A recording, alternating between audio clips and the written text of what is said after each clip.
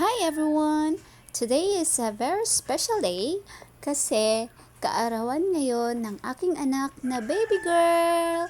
Ayan! To my baby, happy birthday!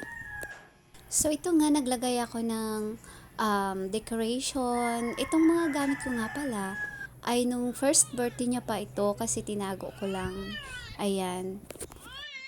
Yung plano namin is simpleng celebration lang naman kasi nga busy sa school ang daddy at may pasok naman yung kuya kaya walang mag-aasikaso at hindi ko naman talaga kaya mag-isa. Kaya plan talaga namin na kumain na lang sa labas at walang mga kung ano-ano na mga decoration. Kaya lang naisipan kong maglagay for photo ops lang. Ayan. Yan, very thin lang siya.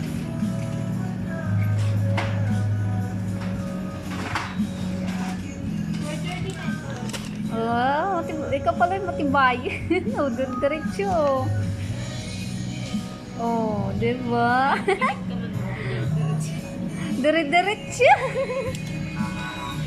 Ano to, ma'am? Aliyah. Aliyah. Pinangit na na. 4:30 next. Ha? 4:30. Ay, amo pala. Ah.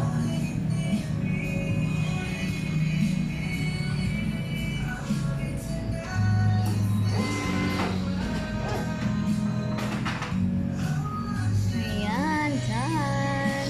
Okay. Diba? Wow. Very nice. Makapalo ng happy mo. Talagang happy. So ito na nga, bumili kami ng cake kasi nga 'di ba pag every time na may birthday dapat may cake, lalo na kapag may bata. Ayun, parang excited sila kapag may nakikita silang cake. Ayan.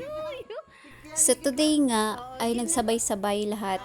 Yung nag-fluctuate yung kuryente namin kaya wala kaming masyadong time sa pagluluto, kaya ang ending nag-take out na lang kami ng konting pagkain at dito na lang i-celebrate sa bahay ang birthday ng aking anak since na hindi rin maganda ang panahon today, kaya dito na lang simpleng celebration.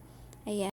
Sa simpleng celebration nga ng birthday ng aking anak ay tuwang-tuwa na kami dahil nga ang mahalaga lang naman sa amin ay yung lumaking healthy ang aking anak, lalo na hindi rin biro ang pinagdaanan niya kasi premature baby siya, 8 months at 1 month siya sa incubator, kaya ngayong 2 years old siya, super happy na ako as a mom.